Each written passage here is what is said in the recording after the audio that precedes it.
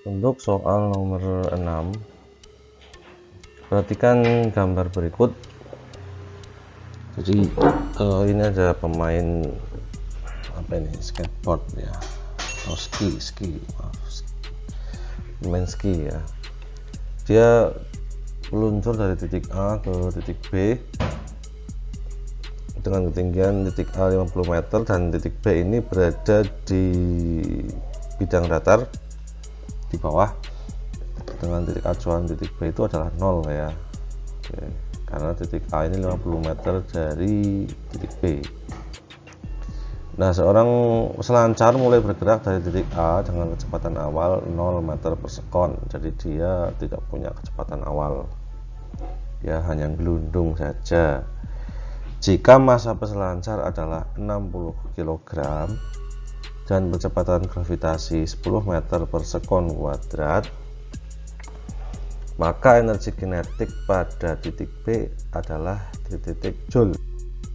Oke, di sini diketahui V0 sama dengan 0. V0 itu adalah V awal ya, V awal atau V mula-mula atau kecepatan mula-mula peselancar itu bergerak. Jadi dia di sini ya, di A. Atau nanti kita bisa sebut V0 adalah VA ya, kecepatan di sini itu 0 karena kecepatan awalnya 0. Kemudian massa si peselancar adalah 60 kg. Kemudian gaya gravitasi 10 meter per sekon kuadrat ya, ini sekon kuadrat yang betul. Kemudian H itu ketinggian, HA berarti ketinggian A ini ya 50 meter. Kemudian HB ketinggian B di sini 0 karena ini adalah acuannya titik B ya. Oke. Ditanya energi kinetik ketika di B. Nah, yang perlu kita pahami atau kalian pahami adalah konsep energi ya, ada energi mekanik, energi potensial, dan energi kinetik ya, dimana energi mekanik ini sama dengan energi potensial plus energi kinetik. Nah ini, pada kasus nomor 6 ini berlaku hukum kekekalan energi mekanik ya, hukum kekekalan energi mekanik, di mana energi mekanik di A itu akan sama dengan energi mekanik di B ya, karena kekal, energi mekanik itu kekal. Yang berubah adalah energi potensial dan energi kinetik. Nah, apa itu energi potensial? Energi potensial adalah energi yang berkaitan dengan kedudukan benda ya, atau ketinggian, sehingga persamaannya adalah EP sama dengan mgh. Ini hanya kan ketinggian ya, dan juga dipengaruhi oleh gravitasi. Makanya ada yang menyebut energi potensial gravitasi, mgh ya ini. Kemudian energi kinetik ya, ini berhubungan dengan gerak ya, energi yang timbul akibat gerak. Persamaannya EK sama dengan setengah mv. Ini V adalah kecepatan, berarti berhubungan dengan gerak. Benda yang bergerak itu punya energi kinetik ya, karena punya V. Setengah mv kuadrat ya, ini untuk mengingat saja. Nah, kembali lagi tadi ke hukum kekekalan energi mekanik, bahwa energi mekanik A itu sama dengan energi mekanik di B. Kemudian kita jabarkan energi mekanik A. Energi mekanik A itu terdiri dari energi potensial A ditambah energi kinetik A, akan sama dengan energi potensial B ditambah energi kinetik B. Energi kinetik B ini Saya tandai merah karena ini yang dicari, sehingga tidak usah nanti dijabarkan. Kita jabarkan untuk energi potensial A. Energi potensial adalah MGH, di sini hanya HA ditambah EKA setengah M kali VA kuadrat sama dengan MGHB ditambah EKB ya. Kita masukkan nilainya, massa itu 60, G 10, HA 50, setengah, masukkan setengah, M 60, VA 0 ya, karena VA awal itu 0, sama dengan MGHB, M nya 60, G nya 10, HB 0, plus EKB, kita tulis EKB saja, ini yang kita cari ya. Sama dengan di sini 30.000, 60 kali 10 kali 50, 30.000 ditambah 0 ya, ini berapapun hasilnya 0, kalau bilangannya dikalikan 0 hasilnya 0, sama dengan di sini juga 0 ditambah EKB.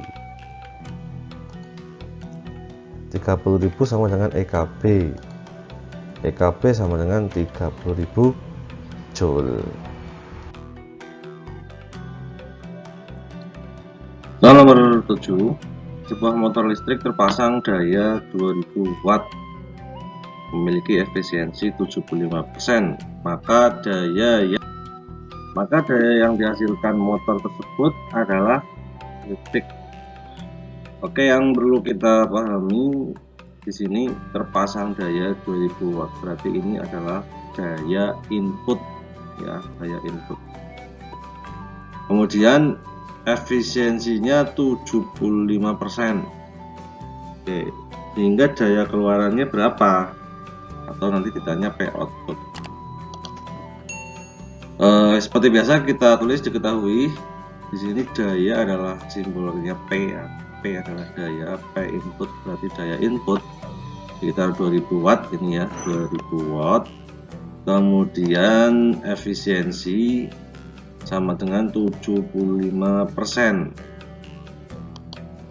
Ditanya maka daya keluaran yang dihasilkan berapa? Oke. Nah, ini persamaan untuk menghitung efisiensi motor ya. Jadi buah mesin motor itu tidak bisa efisiensinya 100%, tidak bisa ya. Karena pasti nanti ada energi yang hilang seperti itu. Ya, maka efisiensinya bisa kita hitung, efisiensi sama dengan P output per P kali 100, ini P input ya, saya masukkan. Langsung saja kita hitung, jawab efisiensi sama dengan P output dibagi P input kali 100%, ini yang merah nanti yang kita cari. Kita masukkan nilainya, 75% sama dengan P output per 2000 ya, inputnya adalah 2000 kali. Nah, di sini persen ya, persen ya, sehingga hilang ya. Kemudian 2000 kita kalikan silang dengan 75 menghasilkan 150.000, sama dengan ini kali ini 100 dikali P output ya. Maka 100 ya, ini kita bisa coret nolnya atau kita bagi 160.000 dibagi 100 ya, maka outputnya adalah 1500 watt. Jadi daya keluarannya lebih kecil karena efisiensinya ini 75%, sehingga daya keluarannya 1500, sementara daya masukannya 2000 ya, seperti itu. Sehingga ini outputnya lebih kecil daripada inputnya. Nomor 8, perhatikan gambar sayap pesawat berikut ini ya. Jadi ini adalah tampilan dari sayap pesawat yang dilihat dari samping kalian lihat di bagian depan ini bahannya lebih tebal daripada bagian ke belakang. Hal ini berhubungan dengan nanti konsep fluida dinamis ya, jadi konsep aliran udara dan tekanan udara. Nah, pertanyaannya, jika V adalah kecepatan aliran udara dan P adalah tekanan udara, jadi di sini ada V berarti kecepatan udara ini, kemudian P adalah tekanan ya. Maka menurut asas Bernoulli, pesawat dapat terbang mengudara jika titik-titik. Oke, ini adalah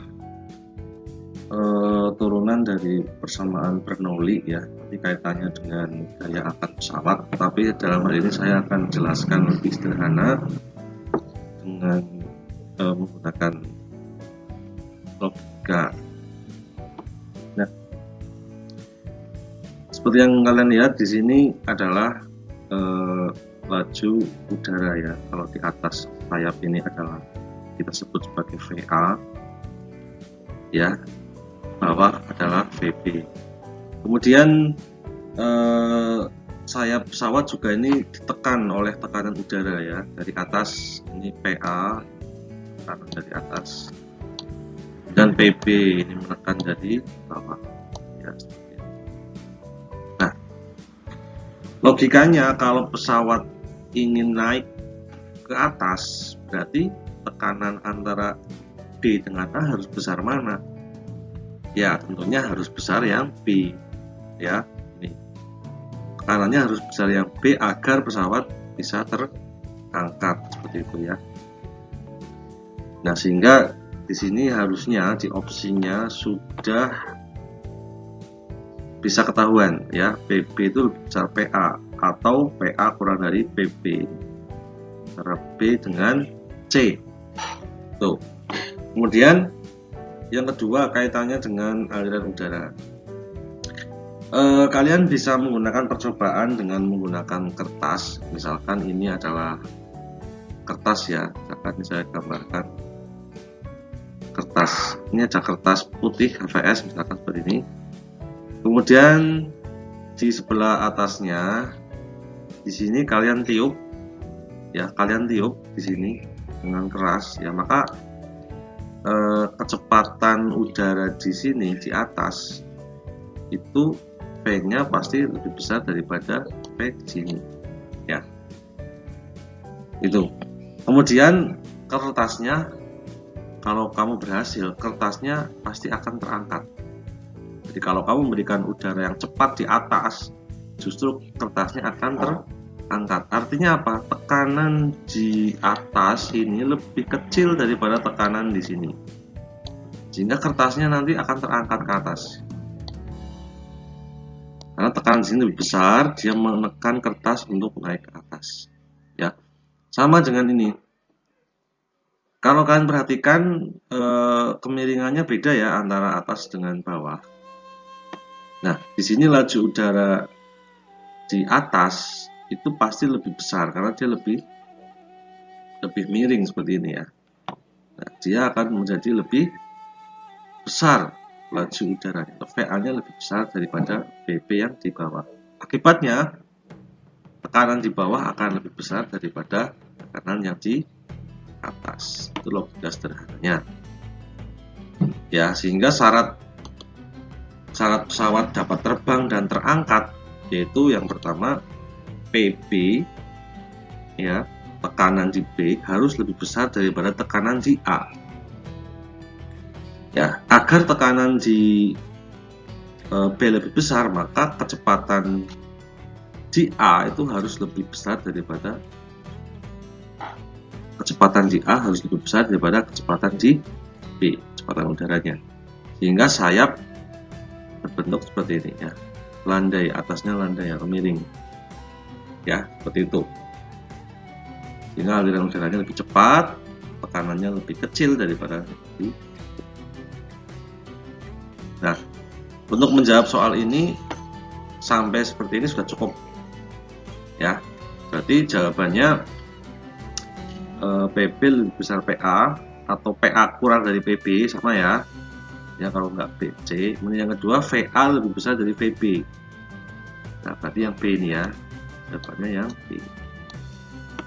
Nah, kalau ingin tahu lebih jauh terkait dengan gaya angkat pesawat sebagai turunan bersamaan Bernoulli, ya memang syarat pesawat itu kalau mau terbang dia harus mengalami take off dulu ya. Take off itu dari dia bergerak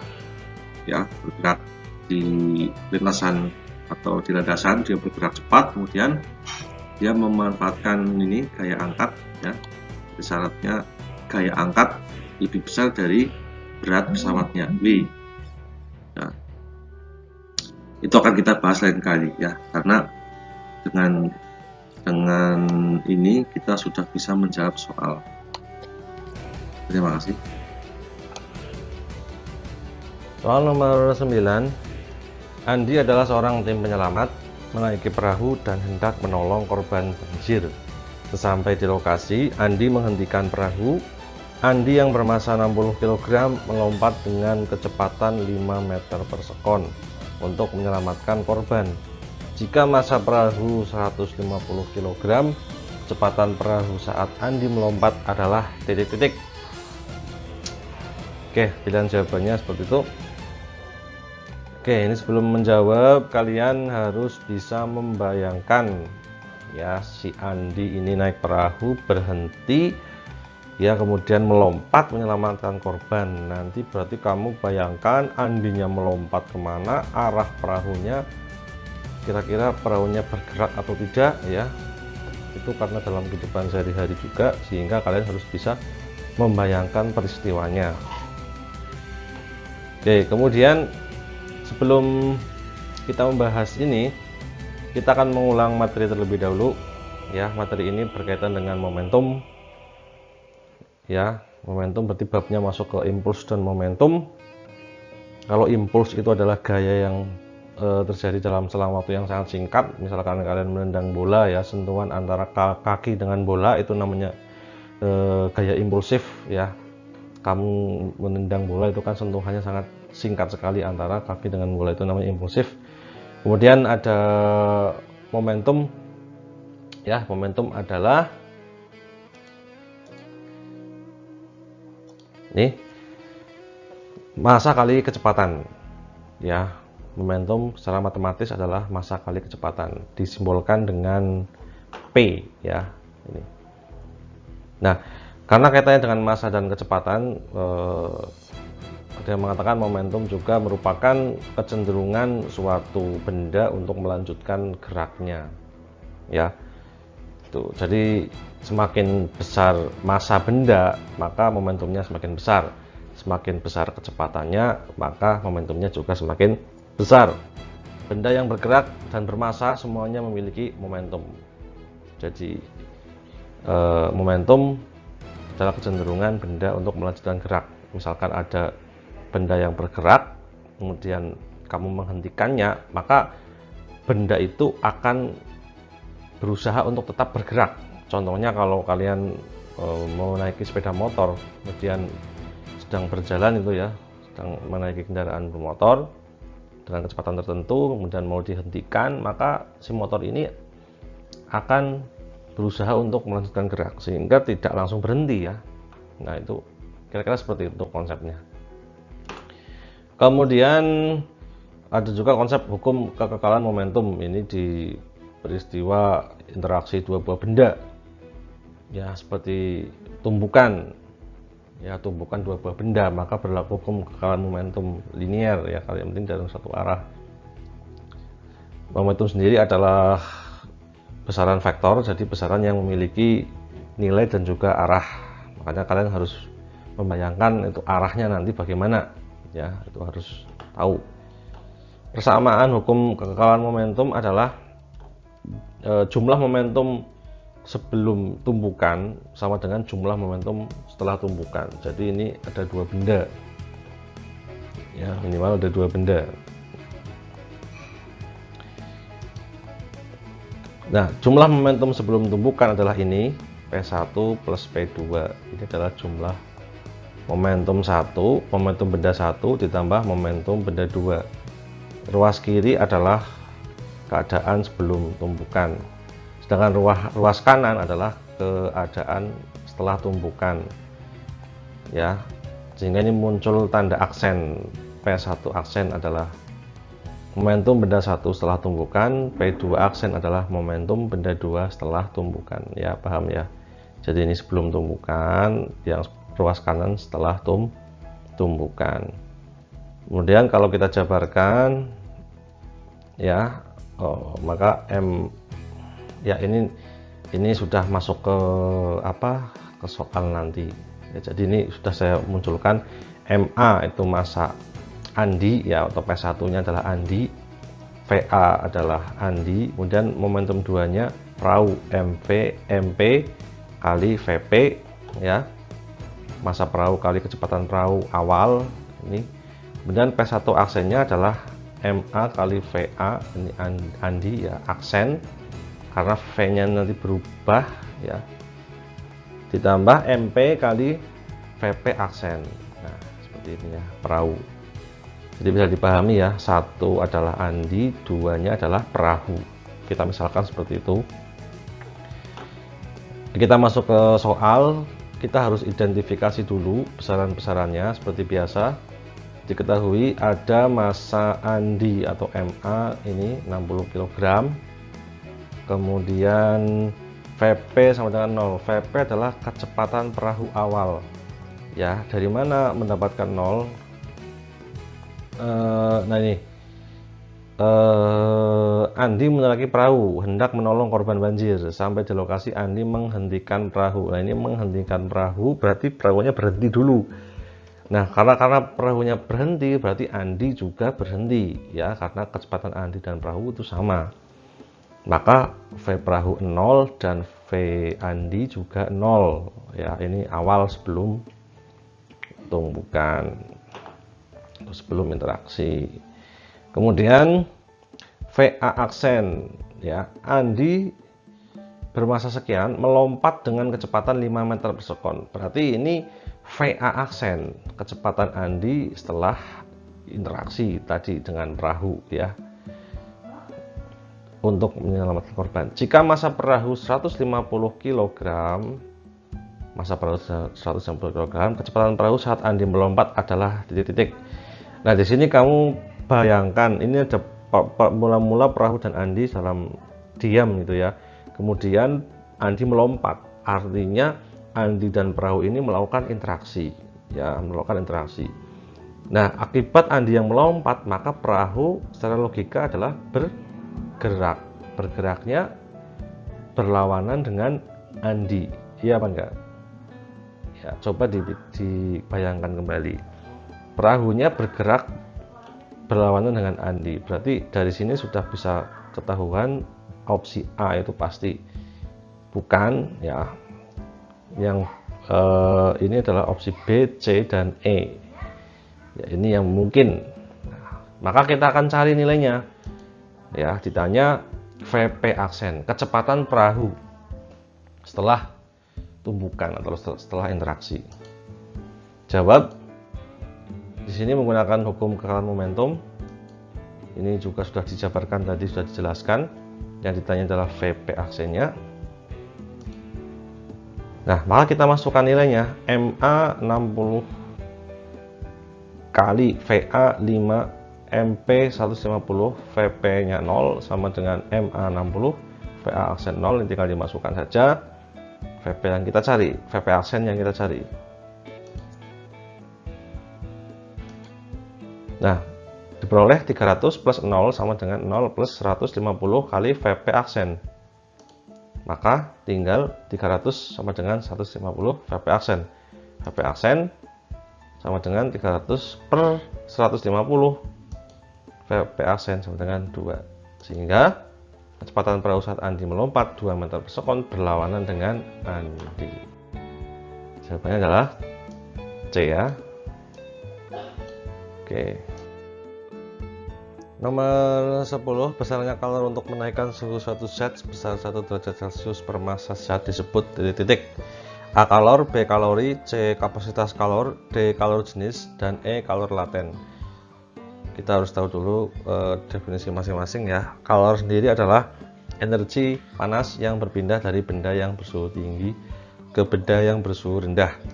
Kemudian kalori adalah satuan unit kandungan panas atau energi atau banyaknya kalor yang dibutuhkan oleh 1 gram air untuk menaikkan suhunya 1 derajat Celcius.